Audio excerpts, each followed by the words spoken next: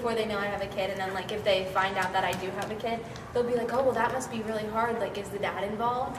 That drives me nuts, because like if you met like someone who was 35 and like you found out that they had like a 2-year-old daughter, you would never be like, oh, so like is the dad involved? Like, but what it's about is energizing people to start working on problem-solving skills. Not just problem-solving skills, because that sounds so, oh, I'm going to teach you how to do what to do. No, that's not what this is about at all. This is about looking at real life and using art, using theater, using games as a way of breaking into conversations that can actually affect real change. Well, school should be your priority. You're not going to get anywhere by messing up and not doing what you need to do. Well, this past summer I found out that I was pregnant, and that's been the most important thing for me to focus on right now, and that's what I'm working on. I've been having a lot of doctor's appointments and other things, and I'm just really concerned about the health of myself and my baby. I understand that, but your baby's not going to be healthy enough if you're going to not be able to support him either. You can't go out and buy formula if you ain't got a job. You can have a good enough job if you don't go to college. You're either going to have to straighten up or I'm going to have to bump you or kick you out of the class. I'm really, really trying my best. I don't know what else I can do, and things happen that are unplanned, and I was really hoping that, as a teacher, you could help me and figure this out together and support me in whatever I have to do. I really want to go to college. I have a lot of things that I want to do, but I also really value the health of my baby. Then I would suggest going down to class and trying that first. If you can. If you want to. Did you get what you want yet? No. This is a totally new experience for me, and I just want you to support me and help me in any way possible that you can. We'll try and see what goes on. We'll work on it till the end of the year. It's as far as I can give you. All right. Wow, that was a switch. Marking period, maybe. Yeah. All right. Was she getting what she needed?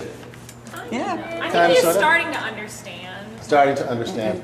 Are there other ways that she could approach, the character of Jen could approach to get what she needs? can bring an advocate with her. Yeah. Okay. Let's try that. So is this the same visit or is this a subsequent It can either be the same visit or a subsequent visit. Which would you like it to be? Can we try to give the girl more confidence? Because she's talking so low and unconfident. She has to talk more confident if he wants to believe her. Okay, come on in. You're going to replace her. Yeah, come on in. No, very good. Come on. You can do this. Because it's another tactic, and it's your tactic, so it's very good.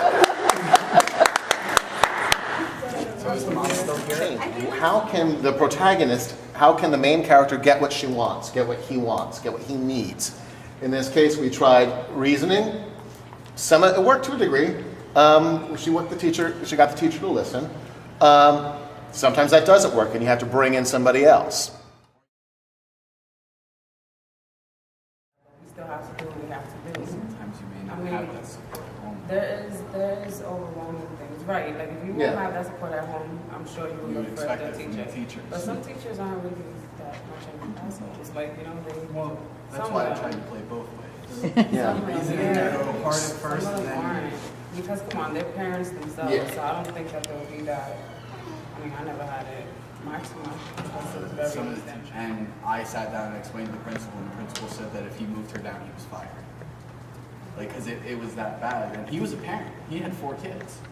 He had a kid young, nonetheless. And he was doing that to another student. That's not right.